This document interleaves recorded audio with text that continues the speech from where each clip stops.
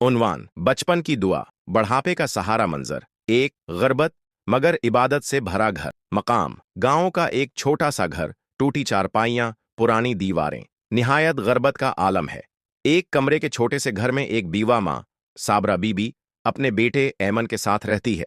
माँ की आंखों में उम्मीद है, दिल में सब्र और जबान पर शकर। माँ नमाज पढ़कर दुआ मांगती है, अय मेरे रब, मेरे ऐमन को इज्जत वाला रिज्क अता कर, इसे नेक रख और मेरे बढ़ापे का सहारा बना। ऐमन रोज स्कूल जाता है और वापसी पर लकड़ियां काट कर बेचता है या कहीं मजदूरी करता है।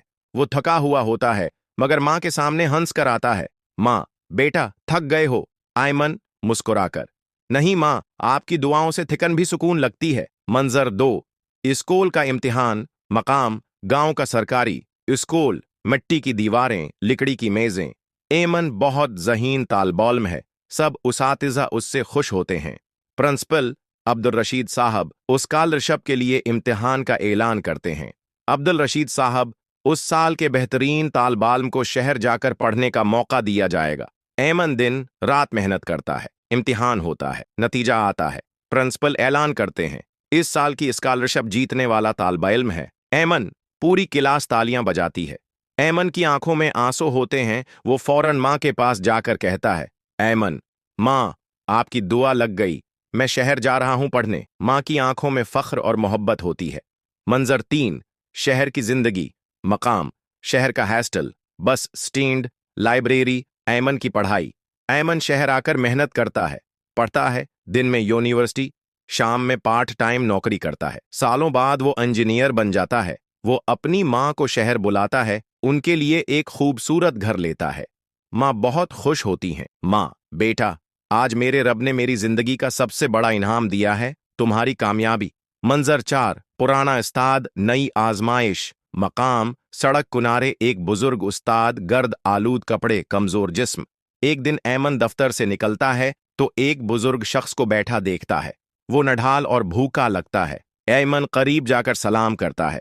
ऐमन, बाबा जी, आपको क्या हुआ? बुजुर्ग कमजोर आवाज में, मैं अब्दुल मजीद हूं, एक वक्त में उस्ताद था, अब कोई पहचानता ही नहीं।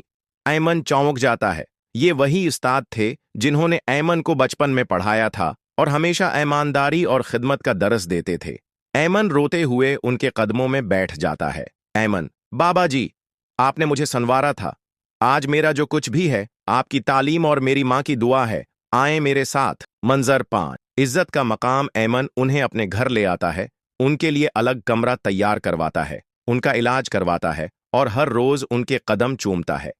माँ रब की तरफ हाथ उठाकर, ऐ अल्लाह, मेरे बेटे को सलामत रख, जिसने न दौलत को गुरूर बनाया न रिश्तों को भलाया। आखिरी मंजर, दुआ और सबक। मकाम मस्जिद। ऐमन, उस्ताद, माँ और बच्चे सब उठे। ऐमन अब खुद बच्चों को मुफ्त तालीम देता है। उसका नारा होता है, इल्म और खिदमत, यही मेरी दौलत है। स्टोरी के आखिरी अल्फाज, माँ की दुआ, उस्ताद का फैज़ और नीयत की सच्चाई, यही एक नेक इंसान की पहचान है। सबक, वालदीन की दुआ कभी रायगा नहीं जाती। उस्ताद का अदब जिंदगी में बरकत लाता है। दौलत आने पर गुरूर नहीं, आजिज़ी आना चाहिए। नेकी का बदला जरूर मिलता है, कभी इंसानों से, कभी रब से।